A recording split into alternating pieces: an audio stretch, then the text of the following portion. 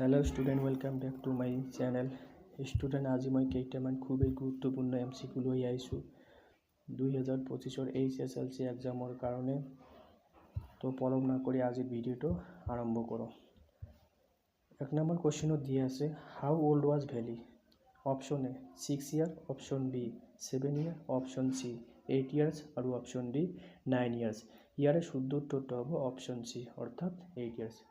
2 number কোৱেশ্চনত দিয়া আছে Where was Valley standing every day? Valley প্রতিদিনে কত থিয় হৈ আছিল? Option A at the front of the door, Option B at the street, Option C inside the bus আৰু Option D inside the home. ইয়াৰে শুদ্ধ উত্তৰটো হ'ব Option A at the front of the door. 3 number কোৱেশ্চনত দিয়া আছে Valley knew about the bus journey from Option A parents, Option B friends, Option C neighbors, Option D classmates. ইয়াৰে শুদ্ধ উত্তৰটো হ'ব অপশন সি অৰ্থাৎ neighbors. নেক্সট কোৱেশ্চন চাও। 4 number কোৱেশ্চনত দিয়া আছে the distance to town from Valley's village. Option A 4 miles, Option B 6 miles, Option C 8 miles আৰু Option D none of this. ইয়াৰে শুদ্ধ উত্তৰটো হ'ব অপশন বি অৰ্থাৎ 6 মাইল। আজি 5 নম্বৰ কোৱেশ্চনত দিয়া আছে the fare was dash one way. Option A 30 পয়সা, Option B 45 পয়সা, Option C 25 পয়সা আৰু Option D 35 পয়সা। ইয়াৰে শুদ্ধ উত্তৰটো হ'ব Option A 30 পয়সা। 6 নম্বৰ কোৱেশ্চনত দিয়া আছে How much time did the bus take to reach the station? Sorry ইয়াত কোৱেশ্চনটো অলপমান ভুল হৈছে। ইয়াত কোৱেশ্চনটো এনেকুৱা ধৰণৰ হ'ব লাগে How much time did the bus take to reach the town? Option A দিয়া আছে 30 মিনিট, অপশন বি দিয়া আছে 45 মিনিট, অপশন সি দিয়া আছে 25 মিনিটস আৰু অপশন ডি দিয়া আছে 35 minutes.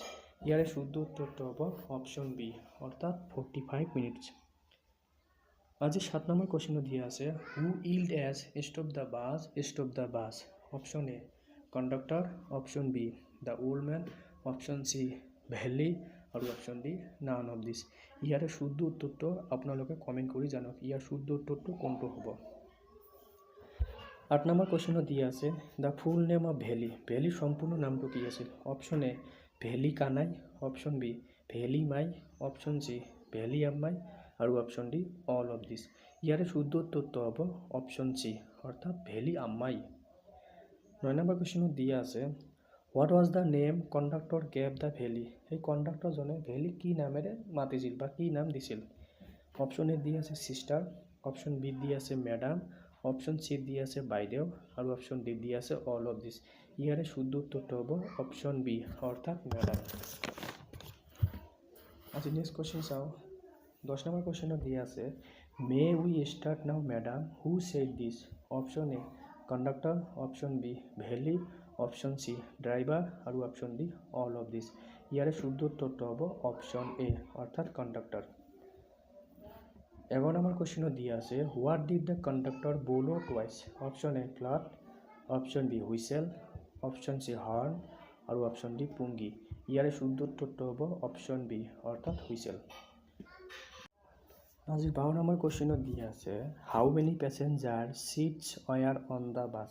Option A 5 or 6, option B 6 or 8, option C 6 or 7 আৰু option D none of this. ইয়াৰে শুদ্ধ উত্তৰটো হ'ব অপশন সি অৰ্থাৎ 6 or 7। আজি 13 নম্বৰ কোৱেশ্চনত দিয়া আছে Valli wanted to ride on a. Option A car, option B truck, option C bus আৰু অপশন ডি সাইকেল। ইয়াৰে শুদ্ধ উত্তৰটো হ'ব অপশন সি অৰ্থাৎ বাস। 14 নম্বৰ কোৱেশ্চনত দিয়া আছে Valli gave some dash store as a fare. Option A coins, option B rupee, option C taka আৰু option D all of this. ইয়াৰ শুদ্ধ উত্তৰটো হ'ব অপশন এ অৰ্থাৎ কয়েন্স। আজি শেষৰ কোৱেশ্চনটো হৈছে the seats of the bus were. Option A rough, option B soft, option C tight আৰু option D all of this. ইয়াৰে শুদ্ধ উত্তৰটো হ'ব অপশন বি অৰ্থাৎ সফট।